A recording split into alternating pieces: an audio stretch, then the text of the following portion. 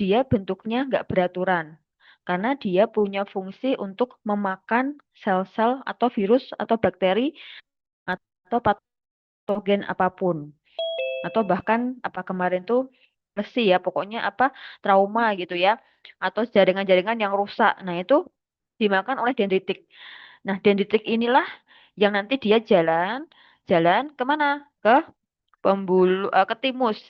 Ya, ke timus kemarin ingat ya, tempat tempat eh, kalau pabriknya sel-sel itu adalah di sumsum tulang.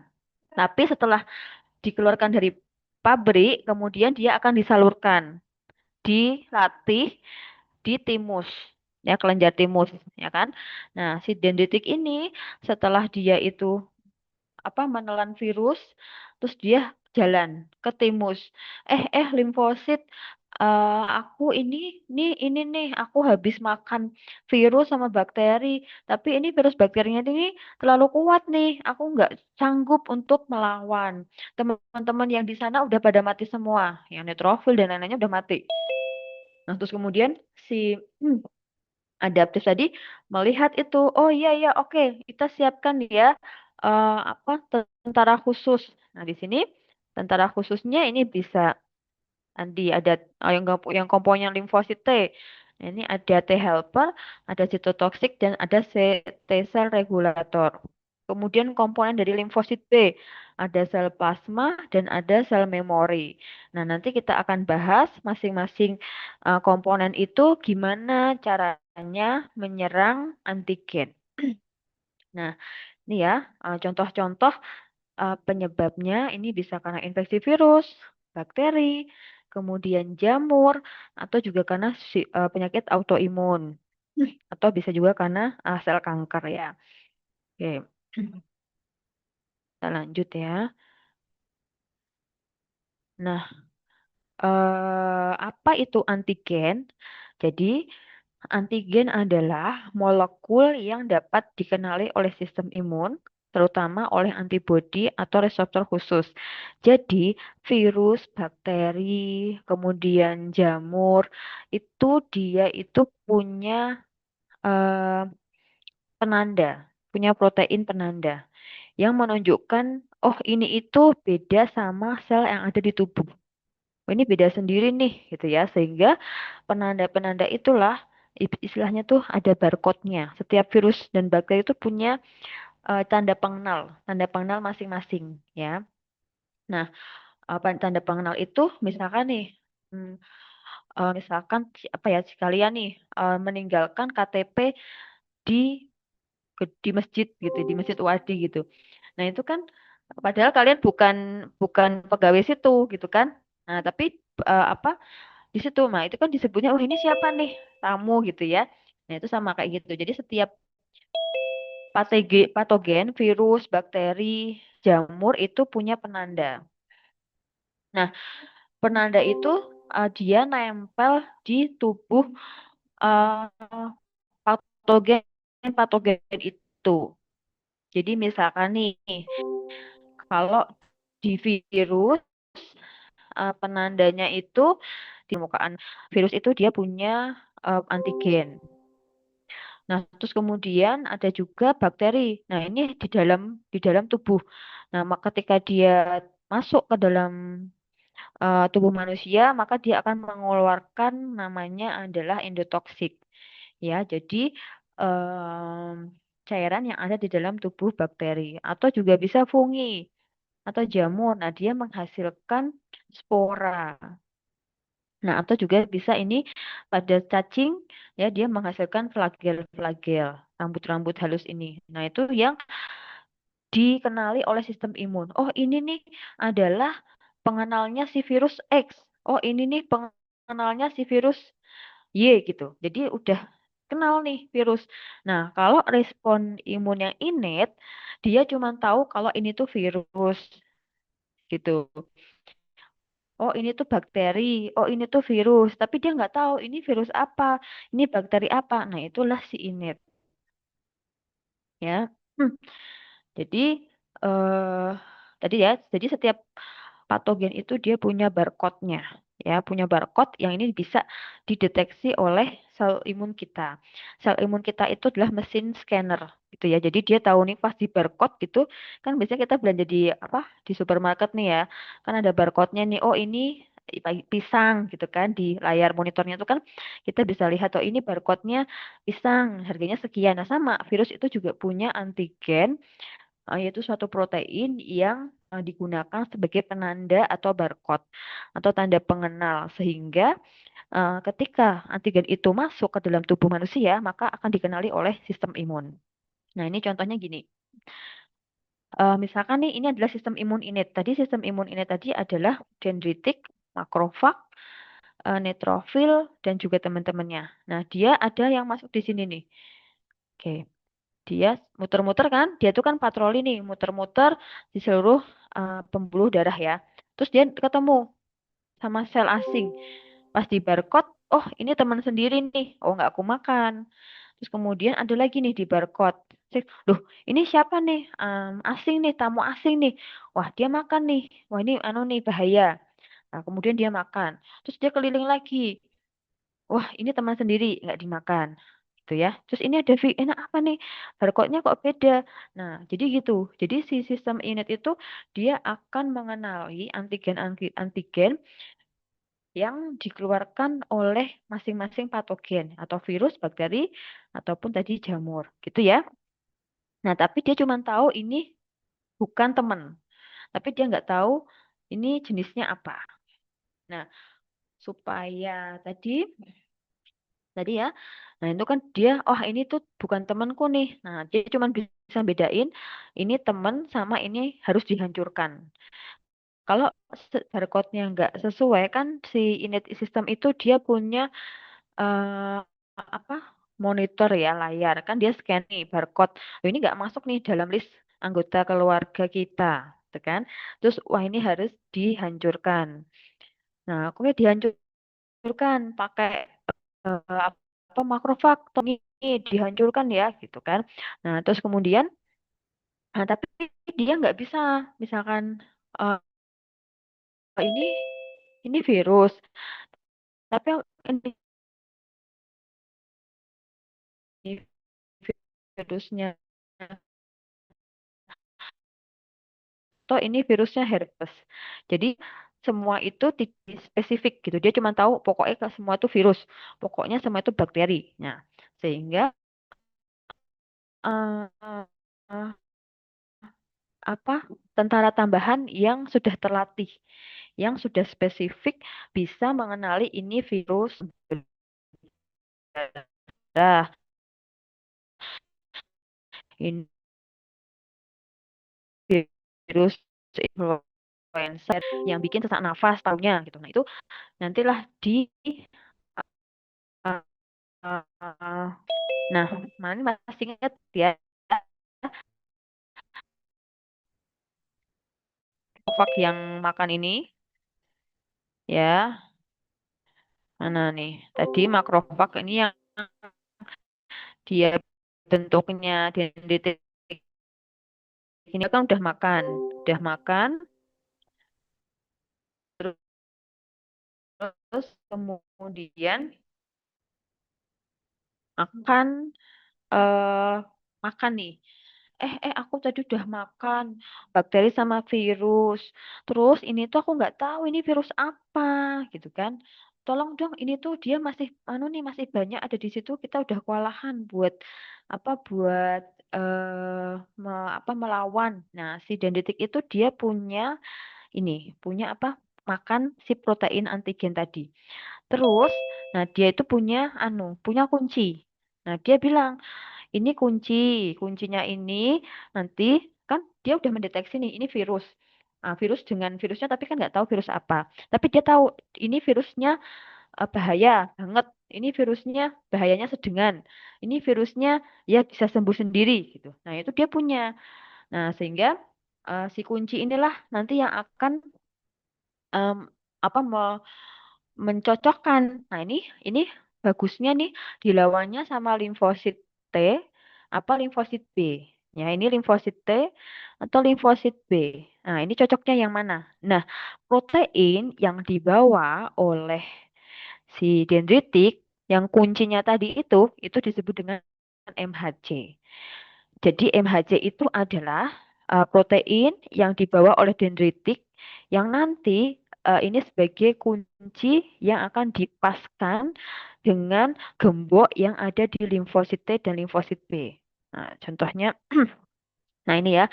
Jadi nanti tahu nih, oh ini nggak cocok nih, virus ini tuh nggak bisa di apa dikenali oleh limfosit T. Ini cocoknya ini dilawan oleh limfosit B. Nah, itulah yang disebut dengan MHC. Nah, MHC itu protein yang ada di permukaan sel tubuh yang berperan penting dalam mengenali dan merespon antigen. Nah, setelah apa dimakan si tadi antigen tadi, kemudian akan keluarlah eh, tangan gitu ya atau kunci. Nah, yang ini cocoknya dilawan oleh siapa gitu. Nanti akan dia MHC itu akan bertindak sebagai papan display sehingga dia bisa dikenali nih, oh ini cocoknya sama sel T atau sel B ya. Nah, MHC ini dia dibagi menjadi dua. MHC kelas satu dan MHC kelas 2. MHC kelas satu itu adalah protein yang ada di semua sel tubuh yang berinti selain sel darah merah. Ya, jadi sel tubuh kita itu semuanya punya MHC kelas satu. Ya, dia supaya nanti dia bisa ngepaske antara apa si antigen virus atau bakteri atau jamu tadi yang dimakan dengan ini cocoknya pakai diserang sama siapa. Nah, kalau MHC tipe satu, nah itu cocoknya sama sel T sitotoksik. Nah, dia akan kuncinya itu akan cocok dengan reseptor dari sel T sitotoksik ya. Oh, jadi ini kalau biasanya MHC kelas satu ini untuk virus-virus dengan infeksi yang tinggi. Ya, jadi memang dia bisa malah berubah menjadi kanker. Ya, misalkan contohnya paling banyak adalah virus HPV ya, virus papilloma virus yang bisa menyebabkan karsinoma serviks. Nah, MHC ini dia akan ngasih tahu, ini nih, kita cocokin nih, aku cocok nggak nih sama kamu? Oh, cocok sama sel T sitotoksik. Yuk, berarti terus kemudian dia akan eh, apa menyerang virus yang masih masih ada. Nah, contohnya gini ya. Jadi ini adalah tadi sel dendritik tadi dia punya MHC kan. Nah, MHC-nya itu ayo kita anu ke virus kan. Terus oh ini cocok nih MHC-nya nih. Barcode-nya ini masuk ke MHC. Ini berarti nanti kita bawa ke limfonodi. Nanti ini ini bisa nanti tadi sel diserang apa dilawan oleh sel T sitotoksik. Gitu ya. Paham nggak sampai sini? Jadi si virus atau bakteri itu menghasilkan antigen. Nah, antigennya dimakan oleh dendritik, ya kan? Sel dendritik. Nah, di tubuhnya sel dendritik tadi itu dia punya reseptor MHC. Nah, MHC itulah yang tadi nyeken, oh ini virus, ya kan? Oke, aku udah dapat nih daftar daftar virusnya. Terus dia bawa ke limfonodi, ke timus ya. Nah, di timus itu nanti dicocokin. Kalau MHC kelas satu ini cocoknya sama sel T sitotoksik. Nah, nanti udah cocok. Nah, nanti bisa diserang, dilawan. Nah, terus kemudian kalau MHC kelas 2 itu bagaimana? Kalau MHC kelas 2 itu dia biasanya di apa? Dipresentingkan atau ditampilkan oleh sel-sel makrofag. Ya, dia biasanya eh, cocok untuk sel T helper karena nanti sel B ini berhubungan dengan aktivasi dari antibodi.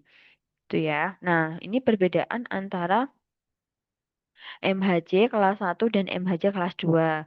Kalau MHC kelas satu ini semua sel berinti ada eh, sel apa, sel jantung, sel usus, nah itu semua punya MHC. Nah, nanti dia akan ini mencocokkan, dia akan nyeken ya, akan nyeken si macam-macam virus yang udah masuk itu, terus nanti skanannya itu, nah terus kemudian dia cocokkan dengan sel T sitotoksik.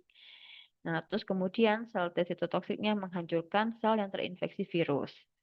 Nah, kalau yang MHC kelas 2 itu hanya dimiliki oleh sel-sel innate response. Nah, contohnya tadi adalah dendritik, makrofag. Nah, sehingga nanti dia kuncinya itu cocok sama sel T yang helper. Ya, nah, kemudian salah satu fungsinya adalah mengaktifkan sel T dan makrofag. Oke, sampai sini paham ya. Jadi MHC itu adalah sebagai mesin display yang sudah dia kan tadi si dendritik udah scan, terus kemudian nanti MHC ini yang menyimpan dalam monitornya. Terus dia jalan-jalan, nah nanti yang cocok yang mana. Itu ya. Oke, nah terus kemudian adaptive immunity itu kita ngomongin adaptive immunity itu ngomongin dua sel ini. Ada sel B dan juga sel T. Ya, sel B itu punya reseptor. Reseptor itu adalah tangan. Tangan yang nanti bisa memegang apa? Antigen tadi gitu ya. Reseptor itu ibaratnya tangan atau lengan gitu ya. Lengan-lengan inilah yang nanti bisa nangkep tadi antigen. Nah, sel T juga punya reseptornya sel T disebutnya TCR. Kalau sel B, BCR. Ya, masing-masing dia punya eh, rantai berat dan juga rantai ringan. Oke. Nah, terus kemudian ada juga NK. Nah, NK sel itu dia itu double job desk gitu ya. Dia itu di dalam apa tubuhnya itu banyak banget tangan-tangan yang nanti dia mengaktifasi ini sitokin-sitokin ini. Oke, intinya gitu ya. Jadi adaptif itu ada sel B, sel T, dan juga ada NK sel. Nah, sekarang gini, sekarang kita udah paham nih. Tadi ketika si dendritik itu atau sel-sel tubuh itu terinfeksi oleh eh, patogen, bakteri, virus atau jamur. Nah, kemudian kan di-scan tuh. Setelah di-scan, maka semua semua sel itu kan dia punya MHC, punya layar monitor. Nah, sehingga setelah di-scan kan muncul nih di layar monitor yang udah dimakan itu apa aja patogennya, virus apa, bakteri apa gitu kan. Nah, terus kemudian nanti ini dikenali oleh reseptor yang ada di sel B. Nah, reseptor yang ada di sel B itu di permukaan sel limfosit B, nah itu tujuannya adalah dia akan mengenali langsung ya. Nah, terus kemudian, oh ini antigennya ini, ya wis tak bikin antibodinya supaya nanti dia bisa diserang. Ini khusus ini antibodinya ini harusnya misalkan antibodi itu ada IgA, IgM, IgG. Ya, jadi nanti dia membentuk antibodi itu supaya bisa melawan patogen yang masuk. Nah, ini secara teori nanti dia dibagi menjadi, nah ini ya ada yang disebut dengan uh, imunoglobulin. Nah itu dia terdiri dari dua rantai berat yang bawah dan dua rantai ringan. Ya tujuannya apa sih kok rantai-rantai ini? Nah tujuannya adalah kalau rantai berat itu berarti yang kuning ya, yang bawah itu. Nah, itu dia menentukan imunoglobulinnya. Oh, ini itu infeksinya masih akut nih. Berarti kita bikin imunoglobulinnya yang M. Nah, gitu kan karena punya daya yang berbeda-beda. Oh, ini lama banget ini kok. Enggak ini nih infeksinya ini misalkan enggak sembuh-sembuh udah 2 minggu lebih. Nah, atau udah kalau disebut kronik itu kalau udah lebih dari 4 minggu. Wah, ini berarti kita harus bikin nih imunoglobulin yang G. Jadi nanti rantai berat ini adalah untuk menentukan imunoglobulin yang mana. Terus kemudian rantai yang ringan itu untuk tadi kalau udah tahu imunoglobulinnya ini jadinya kayak pistolnya, terus ini adalah tembakannya. Nah, tembakan jaring itu ya, dibayangkan ini pistol yang kalau keluar itu ada tembakan jaringnya sih kayak si Spiderman gitu ya. Jadi ini oke, udah ditembakkan nih. Masuknya inilah imunoglobulin G. Terus habis itu kan nembak, nembak kan keluar jaring kan. Nah, jaringlah itu yang akan pakai untuk menangkap patogen tadi. Nah, itu fungsinya. Oke. Oke. Sampai sini udah jelas ya. Moga-moga nggak ini ya, nggak bingung. Nah, setelah udah nih, udah diaktifkan tadi kan tadi ya udah masuk nih, udah ditembak, udah ditangkap sama BCR atau B cell receptor. Terus kemudian setelah ditangkap, maka kan akan diaktifasi. Jadi BCR itu dia jadi kalau perhatikan di gambar ini ya. Jadi sel B itu ada tiga. Ada naif B cell, kemudian ada sel plasma dan ada sel memori ya. Jadi B cell itu dibagi menjadi tiga. Naif B cell, memory cell, dan plasma cell. Naif B cell itu sel B yang masih tidur, yang dia standby jaga. Kalau ada itu bantuan dia baru bangun. Nah kan, tapi si naif B cell itu dia punya BCR. Kalau tadi itu MHC-nya datang nih, tuk dan detek datang. Ini loh aku udah makan bakteri. Ayo bangun. Nah, naif B cell-nya dia akan bangun, aktif. Wah, di mana gitu kan? Terus dia mengaktifkan BCR-nya. Sek, tak anu dulu, tak tangkap, tak lihat dulu ini anunya apa, bakterinya tuh punya senjata apa nih nanti supaya aku bikin antibodinya pas gitu kan. Nah, terus kemudian si B-selnya aktif. Terus dia akan mengaktifkan tadi rantai berat dan rantai ringannya. Oke, ini cocoknya pakainya imunoglobulin yang A atau yang M. Ya, oke siap ya. Terus kemudian, nah tapi dia tuh nggak bisa aktif juga kalau nggak dibantu sama T helper. Nah, helper kan dia pembantu ya, membantu.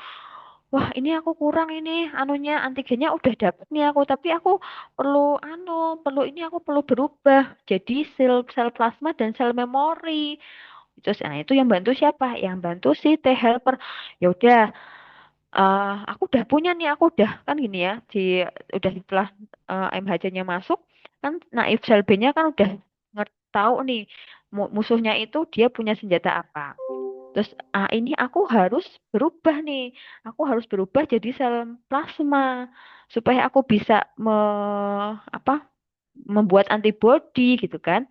Oh wes tak bantu ya. Terus nanti dibantu oleh T cell helper untuk berubah dari naif B cell menjadi memory cell dan juga plasma cell. Nah, setelah itu terus kemudian dia akan mengeluarkan antibodi yang sepenuhnya aktif yang bisa dipakai untuk tadi melawan patogen. Nah, ketika sudah diaktifkan oleh TC helper, di sel B ini dia berubah menjadi dua. Yang satu bikin antibodi yang langsung melawan si bakteri, virus. Yang satunya lagi bikin sel memori. Oke, aku udah nyimpen identitas si virus ini. Besok lagi kalau dia masuk ke tubuh, wah aku nggak usah lama-lama harus kenalan, aku udah langsung bikin antibodinya tak keluarin gitu. Jadi makanya sel B memory ini dia akan menyimpan eh, bakteri atau virus yang sudah pernah masuk ke dalam tubuh kita. Nah, nanti suatu saat kalau misalkan dia disimpan lagi, dia menyerang lagi, nah itu udah tinggal dikeluarin aja senjatanya. Terus mungkin ada pertanyaan, nah tapi kok Bu kita kok kalau kena pilek kok terus-terusan pilek ya? Kan harusnya kita kalau pilek sekali ya udah nggak usah pilek lagi dong kan udah ada antibodinya. Mungkin ada yang nanya kayak gitu ya. Nah, permasalahannya virus itu juga pinter. Virus itu juga dia bermutasi. Dia juga bilang, wah aku udah pernah kena di apa tubuhnya Bu Pita gitu ya. Wah, aku teh harus anu deh, aku ganti baju deh supaya nanti aku nggak dikenali sama anu deh tentaranya. gitu. Jadi misalkan gitu, jadi dia ganti baju, ganti wajah, ganti pakai topeng, nah nggak dikenali lah sama sel imun kita. Nah gitu. Jadi virus influenza itu salah satu virus yang dia memiliki mutasi respon imun yang cepat. Jadi dia mungkin akan beda-beda nih tiap influenza, virus influenza yang masuk ke tubuh kita. Jadi ya apa tidak dikenali lagi sama sel B. Itu ada. Jadi sisi terus misalkan nih pada penggunaan antibiotik juga sama. Kalau dipakai terus-terusan ya lama-lama kan si virus itu dia pinter juga, dia bisa apa mengelabuhi, dia bisa membuat perlindungan supaya tidak dikenali oleh sel tubuh kita. Nah, itulah beberapa anu ya kenapa kok ketika udah kena ternyata katanya udah punya antibodi tapi kok masih kena terus. Nah, karena tadi ternyata ada mutasi dari virus-virus tersebut sehingga sama tidak dikenali oleh tubuh kita. Nah, ini ya. eh, jadi respon sel B itu pertama kan tadi ya dikenali oleh sel dendritik yang sudah membawa partikel antigen. Dia eh, bilang, nih aku udah bawa nih. Kalau sel naifnya kan, oh iya nih, aku udah lihat nih anunya, displaymu apa list list anumu, list yang kamu makan. Aku tak aktif dulu ya, aku minta bantuan T-cell helper buat mengaktifkan berdiferensiasi menjadi sel B-nya makin banyak. Wah, aku ini butuh. Aku kan cuma satu, aku butuh 10 ini. Aku tak anu dulu, ngajak teman-teman dulu. Nah, dia akan membelah diri. Terus membelah diri kan, ini udah aktif nih. Terus dia nih udah aktif apa sel tadi rantai berat dan rantai ringannya. Nah, terus kemudian dia akan berubah menjadi dua nih, menjadi sel memori dan juga menjadi sel plasma. Sel plasma dia langsung masuk ke daerah virus tadi yang sempat untuk menyerang. Nah, sel memori dia kembali eh, ke limfosit lagi. Nah, ketika nanti ada sel lain yang sama dengan sekarang, nah dia tinggal mengeluarkan antibodi, tidak perlu mengaktifkan sampai sebanyak ini gitu. Nah, ini ya. Tadi ya. Nah, ini contohnya nih. Jadi tadi ini kan udah aktif nih. Terus dia akan membunuh si sel-sel tadi si bakteri tadi itu. Dia akan membunuh bakteri-bakteri ini ya. Terus dengan menggunakan antibodi imunoglobulin tadi itu. Nah, selain dia itu langsung membunuh virus dengan antibodinya, dia juga mengaktifkan sel imun yang lainnya, sehingga makrofagnya juga semakin membantu untuk memfagositos atau memakan si apa sel-sel virus tadi. Oke, sampai sini ada yang mau ditanyakan? Jelas ya? Oke, kita lanjut. Nah, terus kemudian pertanyaannya apa itu antibodi? Nah, antibodi adalah antinya antigen ya. Jadi suatu protein yang fungsinya berkebalikan dengan antigen. Misalkan antigennya ini bikin apa? Antigennya ini virusnya ini bikin demam gitu ya. Terus makanya atau dia mengeluarkan zat yang membuat tubuh kita ini demam. Nah, makanya si antibodi ini pasti akan menghalau atau mencegah supaya tidak terjadi gitu. Nah, ini ya proses pengaktifan dari sel B. Oke. Nah, terus tadi ya pertamanya menetralisasi virus tadi, terus diaktifasi. Kayaknya ini udah ya tadi ya. Hmm. Hmm. Nah, terus sel memori tadi setelah kan udah nih, kan udah dibagi tuh jadi dua. Yang satu membunuh virus, yang satunya lagi dia sebagai disimpan. Nah, nanti setelah itu sel memori ini akan tinggal di kelenjar getah bening. Berarti tinggal di limfonodi ya. Nah, ketika ada virus yang datang yang sama dengan spesifikasi yang sama, nah dia akan segera mendapat antibodinya. Nah, itu ya kenapa kok kita bisa. Nah, vaksinasi itu prinsipnya adalah kita memasukkan sel yang sudah dilemahkan. Ada dua ya, sel yang sudah dilemahkan atau hanya sebagian komponen kecil dari sel. Jadi misalkan bakteri itu kan strukturnya kan ada permukaan, ada inti, kemudian ada macam-macam. Nah, vaksinasi itu fungsinya adalah kan dia mengaktifkan sistem imun.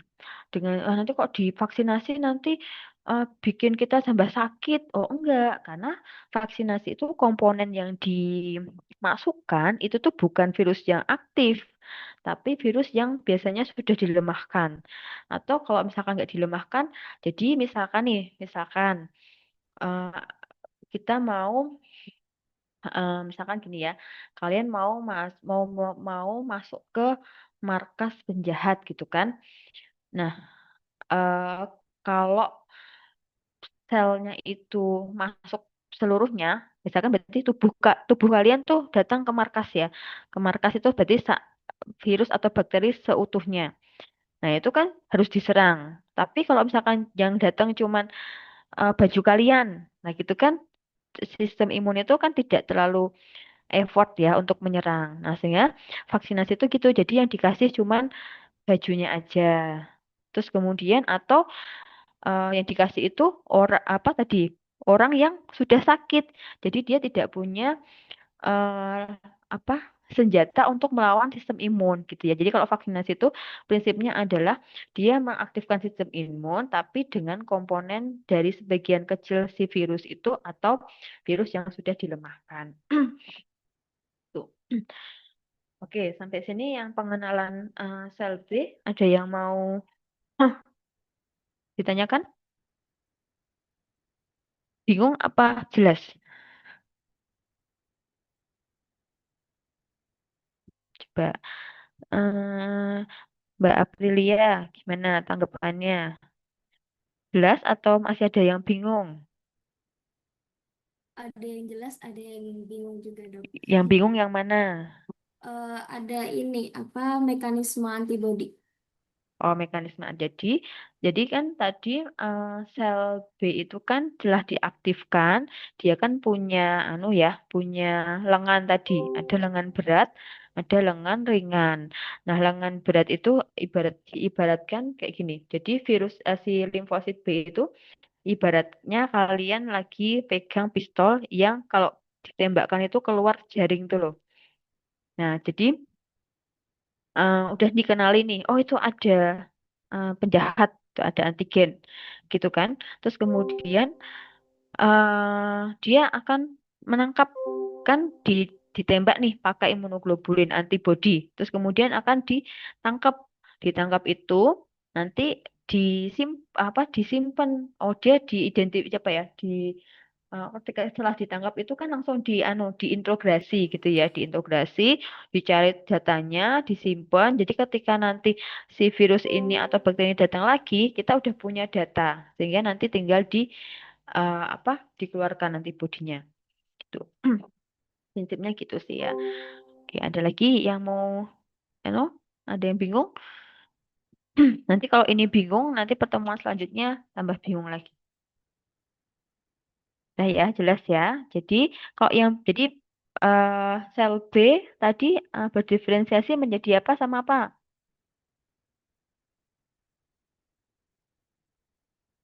Sel B. Ayo, ini kalau nggak ada yang jawab, tak tunjuk satu-satu loh. Hmm. Sel B tadi jadi apa sama apa?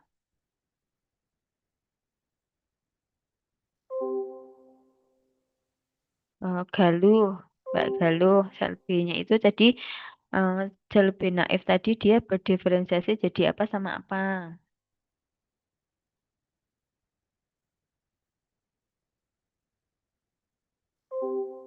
Sel memori sama, oh ya si Banu Rasmi. Oke, silahkan. Boleh menyampaikan pendapat, bertanya atau mau menjawab. Kok angkat tangan? Kenapa? Ya boleh, ini Mas apa Mbak ya Kepencet, Ya, Bu. oh kepencet. Kirain ini. Boleh loh. Ya udah sekalian aja. Apa tadi sel B berubah jadi apa sama apa? Baru nge-asprak terus dipencet Bu tadi Bu. Sel B berubah jadi sel plasma dan sel memori ya. Oke. Oke, kita lanjut ke sel T. Oke, kita ke sel T. Nah, oke, jadi sel T itu kan dia dibagi menjadi tiga. Ya, ada sel T toksik, ada sel T helper, dan sel regulator. Sesuai dengan namanya, bentar, Dek. Tadi ada pengumuman.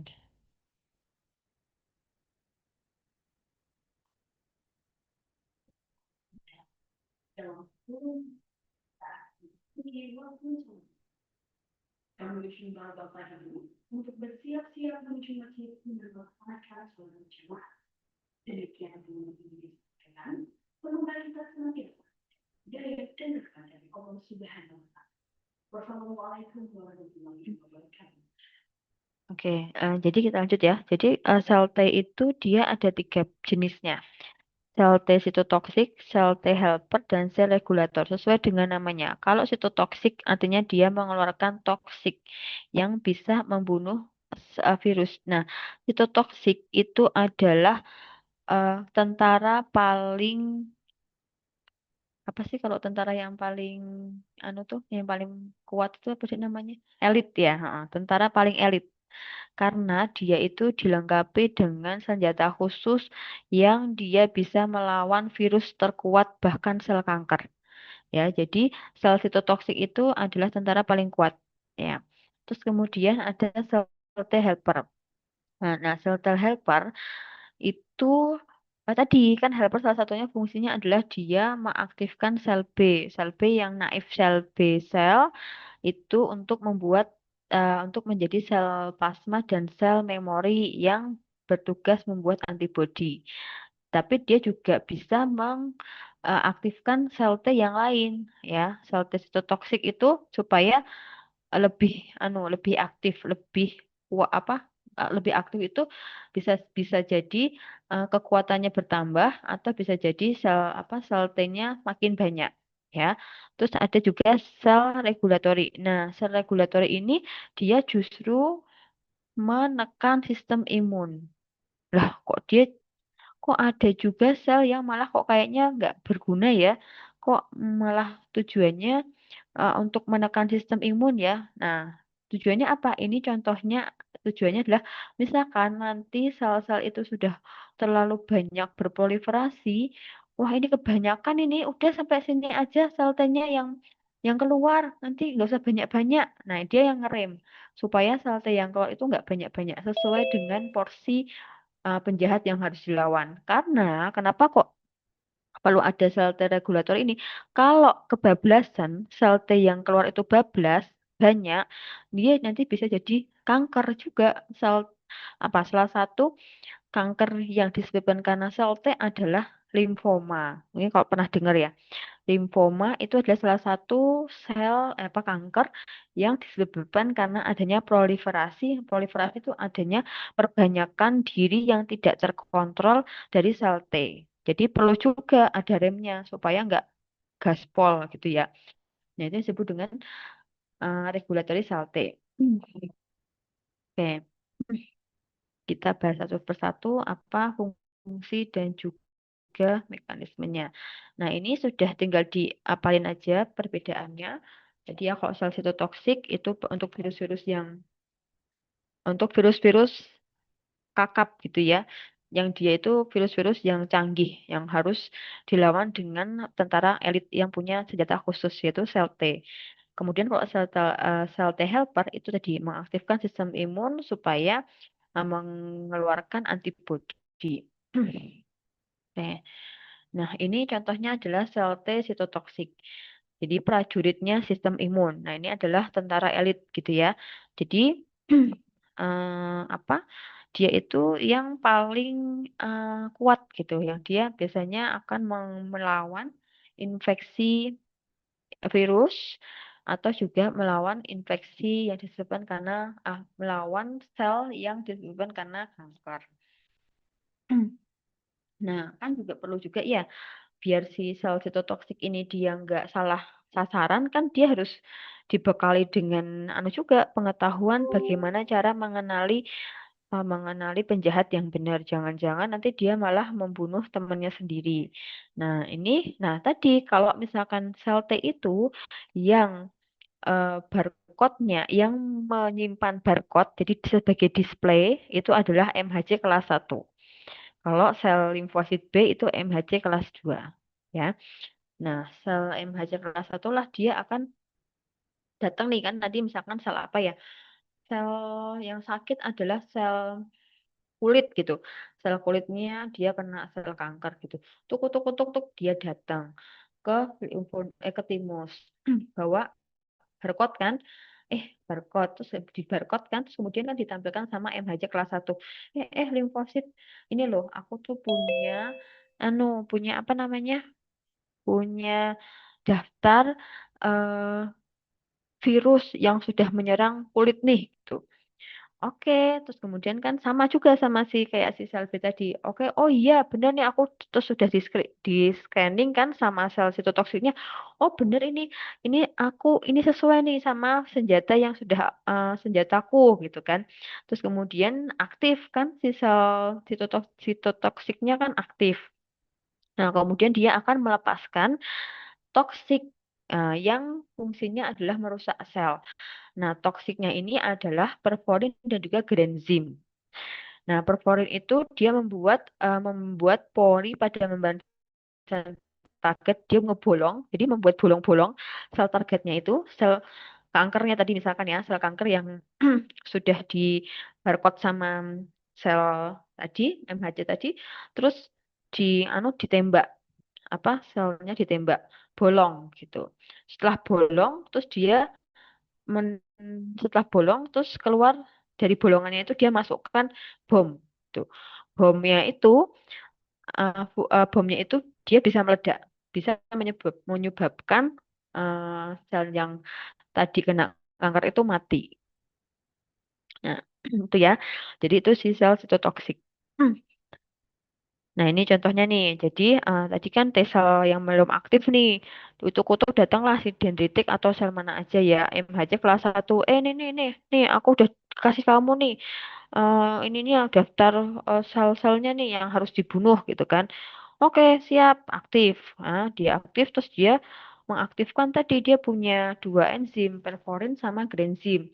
Perforin dia fungsinya untuk bolong supaya bisa masuk nih racunnya. Terus granzim dia kasih bom sehingga selnya mati. Itu ya. Oke, terus kemudian kalau helper gimana? Help membantu. Berarti T sel yang dia baik nih. Dia itu suka membantu. Nah, membantu siapa? Membantu sel imun lain. Nah, sel imun lain itu salah satunya adalah sel B. Tadi sel B dibantu, dikasih disemangatin, ayo ayo kamu mengeluarkan antibodi. Ada juga nih sel dia juga bantu sel sitotoksik. Ayo semangat, ayo ini loh dia bantu apa namanya? me, kan kalau banyak banget nih kalau kita nih bayangkan kita lagi banyak banget tuh kan bingung ya aduh yang mana dulu ya yang harus aku tembak gitu kan. Nah si sel helper ini nih yang ini dulu yang ini dulu dia yang mengarahkan sel sitotoksik supaya bisa membunuh sel yang terinfeksi atau yang kanker tadi tuh. Terus kemudian nanti dia akan dibagi menjadi beberapa subtipe ya. Nah, ini secara ringkas ini sel-sel T tadi ya fungsinya. Kayaknya tadi ini udah ya. Oke, kayaknya ke kopas ya. Oke, nah sel helper itu ternyata nggak cuman satu. Nah, sel helper itu ada TH1, TH2, TH9, TH22, dan TH17. Nah, T helper itu nggak cuman satu, dia banyak. Dia terus punya job desk-nya masing-masing. Kalau TH1, dia fungsinya intraseluler. Jadi berarti dia jadi TH1 itu berarti yang anu yang menyemangati si T sel sitotoksik. Nah, itu THP1 kan intraseluler ya. Terus ada juga yang dia ekstraseluler yang dia membantu di ekstraseluler atau nah ini ya atau nih TFH. Nah, ini berfungsi dalam tadi perkembangan sel B tadi mengaktifkan. Jadi ini adalah beberapa jenis-jenis sel T helper. Oke. Nah, terus kemudian T sel. Nah, tadi kan T sel itu kan harus diaktifkan sama ya. Kalau di sel limfosit B itu punya BCR, B cell receptor. Nah, di T sel itu juga punya T cell receptor. Nanti masing-masing tadi ada sel T toksik, ada sel T helper, dan ada sel T regulator. Itu masing-masing punya reseptor. Ya, reseptornya ini nanti punya, ya itu tadi biar biar nggak salah sasaran gitu ya. Jadi setiap satu reseptor ini memiliki spesifik pengenalan terhadap antigen tertentu. Jadi nanti di limfosit itu dia akan banyak lengannya. Lengan satu ini kalau misalkan nanti menghalang kalau ada virus, virus demam berdarah masuk. Nah, ini nanti anunya pegangannya sama sini. Terus misalkan nanti yang satu lain lagi mungkin di sini ya ada sel ada misalkan virus tifoid. Virus bakteri salah. Virus bakteri tifoid ya virus ini apa mas tadi herpes gitu ya. Nah, nanti ada di sini. Jadi jadi spesifik. Jadi dia punya lengan banyak yang setiap tangannya itu lengannya itu dia bisa mempunyai senjata yang khusus untuk melawan virus tertentu ya. Nah, nanti kan kan dia tuh kan punya banyak di seliling tubuhnya tuh kan dia punya reseptor. Loh, misalkan yang datang adalah virus demam berdarah, kan harusnya yang aktif adalah reseptor untuk demam berdarah kan? Nah, gimana nih? Kan padahal dia punya banyak. Kalau misalkan ini gimana biar taunya kalau dia mengenali ini kalau lagi demam berdarah nih, bukan virus herpes gitu kan? Berarti kan harus ada pengenalan ya. Jadi makanya dia akan melakukan pengenalan supaya sesuai nih yang aktif. Ini saatnya mengaktifkan senjata untuk virus herpes misalkan. Nah, sehingga nanti dia akan mengaktifkan gitu ya. Terus kemudian makin banyak nanti akan digabung-gabungkan. Jadi nanti sel T itu dia akan eh, punya apa sih namanya kalau di kepolisian itu satu komando. Oh, ini sel T, kumpulan sel T yang dia punya reseptor untuk virus demam berdarah. Oh, ini sel T, kumpulan sel T nanti yang dia punya reseptor untuk herpes. Jadi nanti ketika virus-virus itu datang kembali, nah serombongannya itu yang akan bergerak duluan. Nah, terus kemudian tadi kan ada juga sel T yang apa helper ya, yang helper dia membantu perkembangan dari sel T yang lainnya. Nah, ini misalkan ini kan kemarin masih ingat ya kalau produksinya itu kan di sumsum tulang. Diproduksi di sini, terus bayinya itu di sini nih. Terus kemudian setelah dewasa, remaja, itu kan perlu dilakukan apa deh kalau di Korea itu namanya apa militer ya? Apa namanya? Apa tuh namanya kalau harus di anu itu ini harus ada apa militer kan harus harus ditempa dulu di apa supaya nanti terlatih. Nah, kemudian dia dibolah ke timus. Dari timus ini nanti dia akan dilatih, dikasih senjata khusus. Nah, nanti yang ketika ada antigen yang masuk, nah sudah siap tempur. Nah, tadi tahap-tahapannya dari pengenalan, terus kemudian dia akan ini yang ini kan sel sel anu ya sel. Nah, ini CD8 dia punya beda nih reseptornya. Terus kemudian CD4 yang helper tadi dia juga beda. Jadi setiap sel T itu dia punya reseptor yang berbeda-beda yang sesuai dengan fungsinya. Nah, nanti si tentara ini, si limfosit itu dia juga dilengkapi dengan ini em, suatu kemampuan untuk mengenali kalau ini itu tubuhnya sendiri gitu. Jadi tidak bisa menyerang kalau bukan virus orang apa virus lain gitu. Kalau misalkan itu jaringan tubuh kita, dia tidak akan diserang. Nah, itu juga harus di ini harus dilatih supaya nggak salah sasaran. Ya. Oke. Terus, nah kemudian tadi ya sebenarnya udah sama sih ini diaktifkan oleh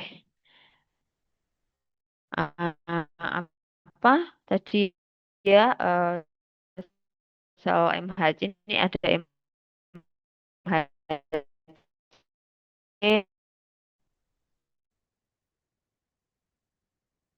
apa? Ayo Bapak di catatannya udah nyatet tadi siapa yang mengaktifkan MHC kelas 1 mengaktifkan sel apa?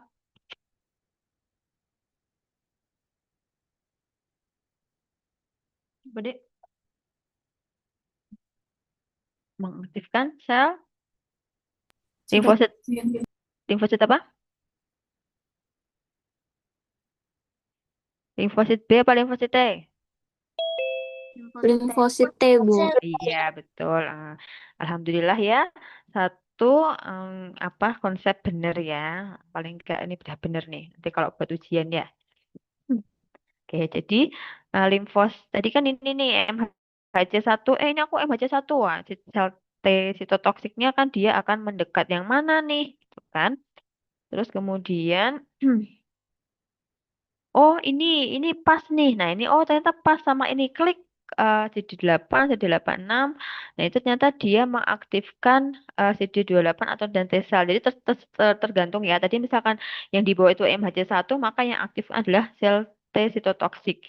Pas nih. Oke, langsung ke tempat anu apa? Ke tempat perang ya. Tetap langsung ke tempat tadi si virusnya ada. Nah, terus kemudian tadi kan dia ada mekanisme untuk supaya dia nggak salah sasaran, ya kan? Diseleksi nih. Oke, ini go. Terus ini, wah ini nggak pas ini.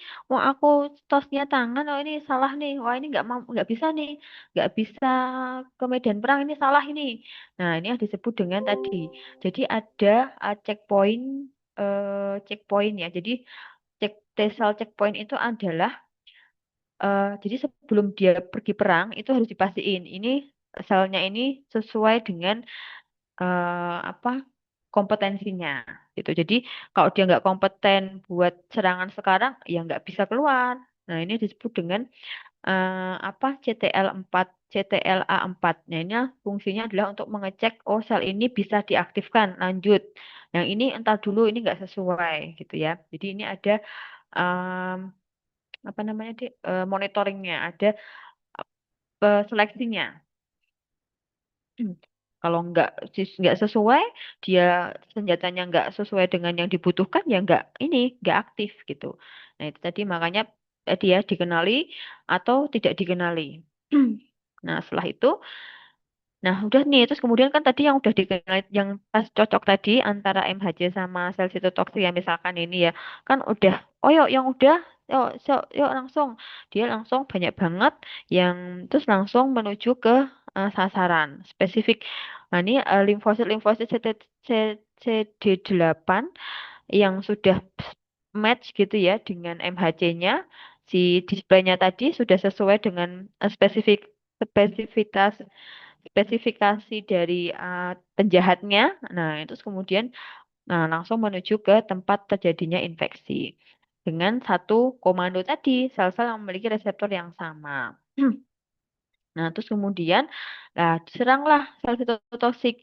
Dia akan menyerang antigen, ya. Nah, ini senjatanya adalah anak panah. Nah, nanti misalkan ada yang lain lagi. Berarti kan tadi tuh, kalau ini sel sitotoksik, berarti dia mengeluarkan apa? Tadi enzimnya ada dua. Apa sama apa? Hmm. Perforin sama granzim. Iya, betul. Dia mengeluarkan perforin, terus dibolongin dulu, terus habis itu baru dia masukin si granzimnya. Udah pas apa si antigennya bunuh apa akan mengalami apoptosis atau kematian. Nah, nah, terus kemudian sel ini, sel helpernya juga di sini nih. Sel helper kan dia juga tadi fungsinya adalah selain membantu sel B, limfosit B, dia juga kan membantu sel sitotoksik. Ngapain nih dia? Apa?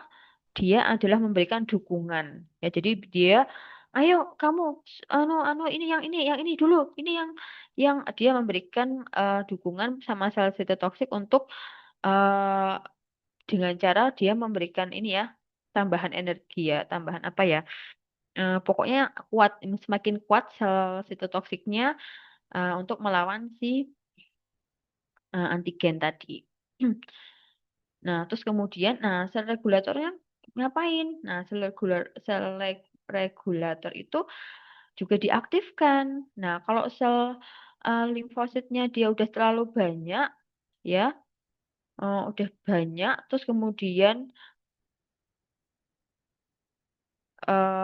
nah nanti kalau entar dulu, jangan banyak-banyak kamu, ini udah cukup aja nih, tiga aja cukup. Nah ini kan tadi kan banyak ya, terus udah tiga aja cukup nih.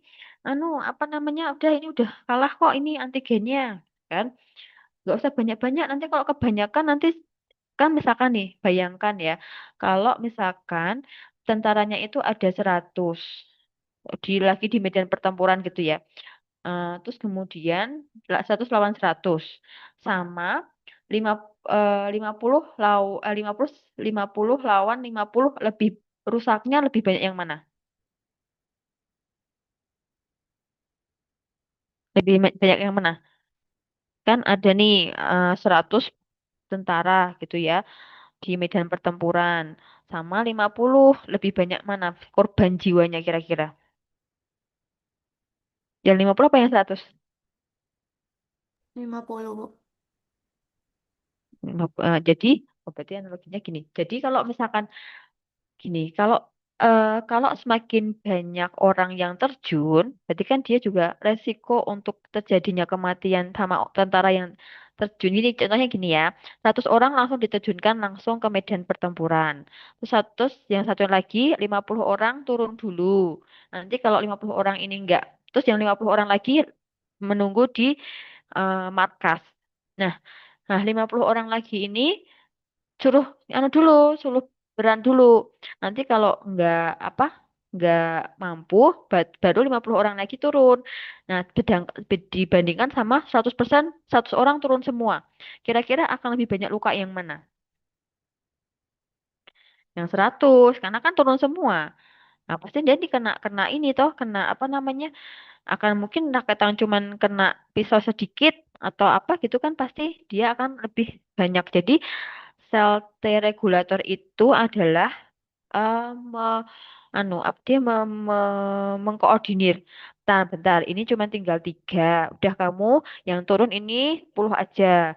Kalau nanti terlalu banyak yang turun, nanti jaringannya semakin banyak yang rusak. Nanti susah benerinnya gitu. Jadi dia dia tuh fungsinya bagus. Dia mengatur supaya tidak, kalau misalkan bisa diselesaikan dengan 5 orang, ya kenapa harus 10 orang gitu? Supaya nanti korban jiwanya itu nggak tambah banyak. Nah, itu adalah fungsinya dari sel regulator. Gitu ya, paham ya maksudnya ya. Jadi dia mau supaya nih, supaya tidak terjadi kerusakan yang lebih parah lagi. Gitu. Oke, nah ini terakhir nih kesimpulannya. Jadi sel B ini dia mempunyai BCR atau basal receptor yaitu imunoglobulin yang tadi diaktifkan oleh T T sel helper menjadi sel plasma dan juga sel memori. Nah, sel plasma itu dia akan mengeluarkan imunoglobulin atau antibodi sama ya. Jadi antibodi atau imunoglobulin itu sama. Yang nanti tujuannya adalah untuk melawan bakteri atau virus tertentu. Nah, kemudian setelah antibodi tadi itu bisa melawan virus atau bakteri, kemudian sebagian lagi dia akan berubah menjadi sel memori.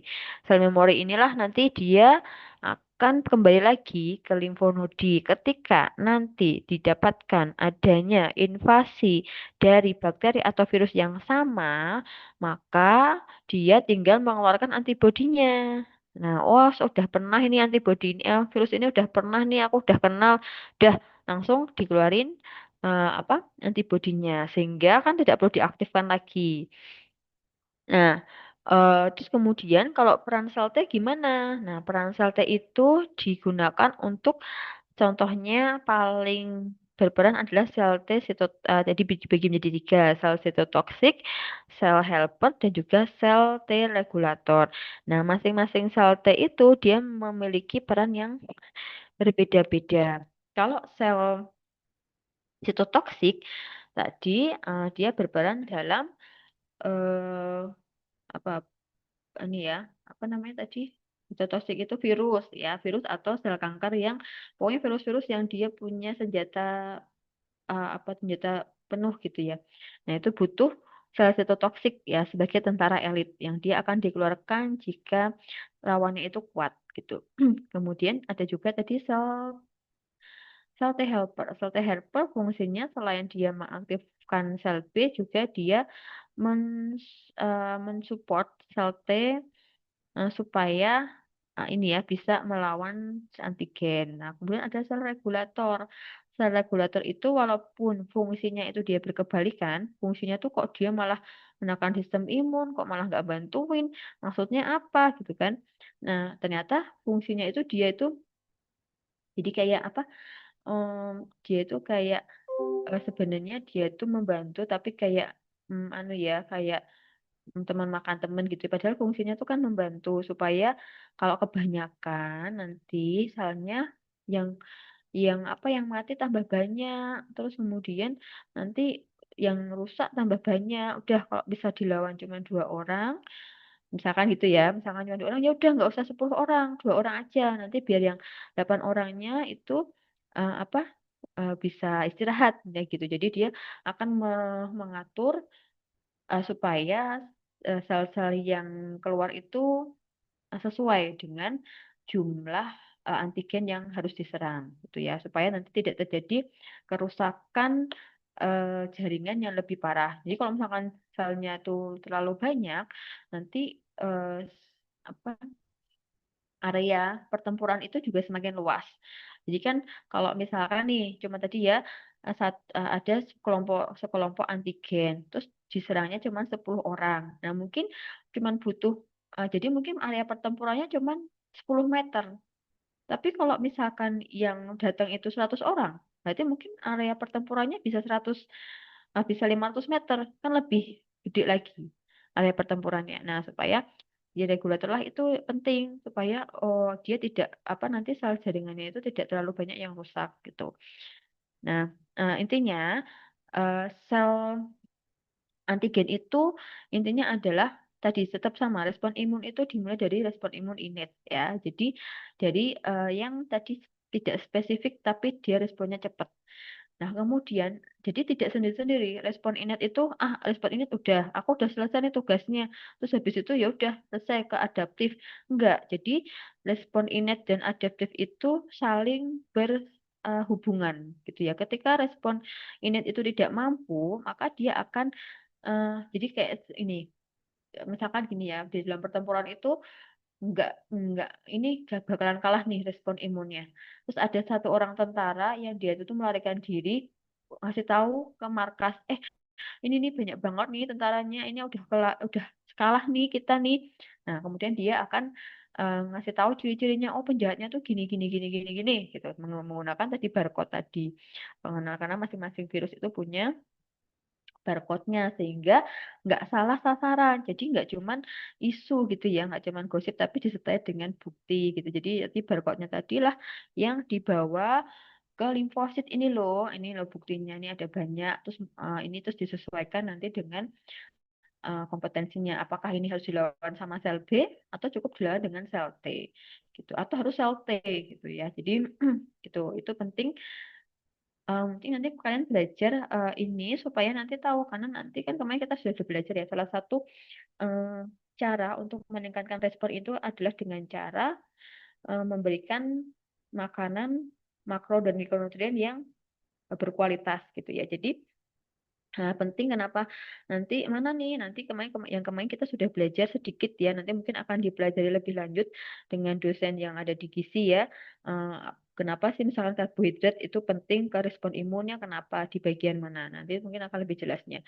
Kalau saya hanya menjelaskan tentang ini loh gambarannya respon imun gitu. Jadi kenapa kok di gizi ini penting gitu. Maksudnya penting sekali peranannya untuk meningkatkan sistem imun, terutama nanti pada ini kan pada kondisi eh, manusia dengan sistem imun yang bagus. Nah, nanti gimana nih kalau pada manusia dengan sistem imun yang tidak bagus? Nah, nanti akan dibahas di kuliah selanjutnya ya, di pertemuan kelima mungkin ya, pada respon imun pada pasien dengan imunokompromis. Sedangkan pada orang HIV nih, HIV itu yang diserang adalah CD8 dan CD4-nya, ya kan? Wah, padahal CD8 tadi kan dia yang punya tentara elit ya. Wah, terus kalau misalkan HIV-nya diserang, nah makanya orang dengan HIV respon imunnya turun karena tentara yang paling kuat itu pun diserang, gitu ya. Jadi apa itu nanti yang terus gimana ya supaya memperkuat tentara CD8-nya? Nah, nanti mungkin dengan apa asupan nutrisi yang nanti akan lebih dipahami, dijelaskan, dipelajari teman-teman. Ini semester 3 ya, berarti ya. Nah, sampai semester berapa? 8 atau 7? 8 ya. Nah, nanti berarti nanti ini menjadi bekal supaya nanti di blok-blok selanjutnya ya, di kelas-kelas selanjutnya itu kalian bisa mengait-ngaitkan. Oh, kalau misalkan kenapa mungkin di biokim, oh ternyata karbohidrat ini dia akan berubah menjadi apa yang fungsinya menurunkan apa fungsi karbohidratnya terhadap misalkan nanti sistem imun. Nah, gitu itu nanti digabung-gabungkan gitu ya. Jadi setiap kelas itu pasti ada benang merahnya, ada keterikatannya. Jadi nanti apa kalian bisa jadi belajar itu tidak sendiri-sendiri. Jadi oh setelah belajar ini terus kemudian nanti belajar yang lainnya lagi nanti saling sambung menyambung sehingga akan mudah dipahami dan tidak lupa gitu. Karena respon imun itu kan cukup anu ya, cukup kompleks dan mungkin ada beberapa kata yang nggak familiar gitu. Tapi gitu ya. Oke, sampai sini kayaknya sudah selesai. Ada yang mau ditanyakan nggak? Untuk ini untuk absensinya bisa di portal ya. Sudah saya buka tadi sebenarnya dari jam 10. Nanti monggo silahkan di absen sendiri di portal sampai pukul 12 saya anunya bukanya nanti. Ya, monggo silahkan di absen supaya ada yang hari ini tidak anu nggak tidak hadir kuliah.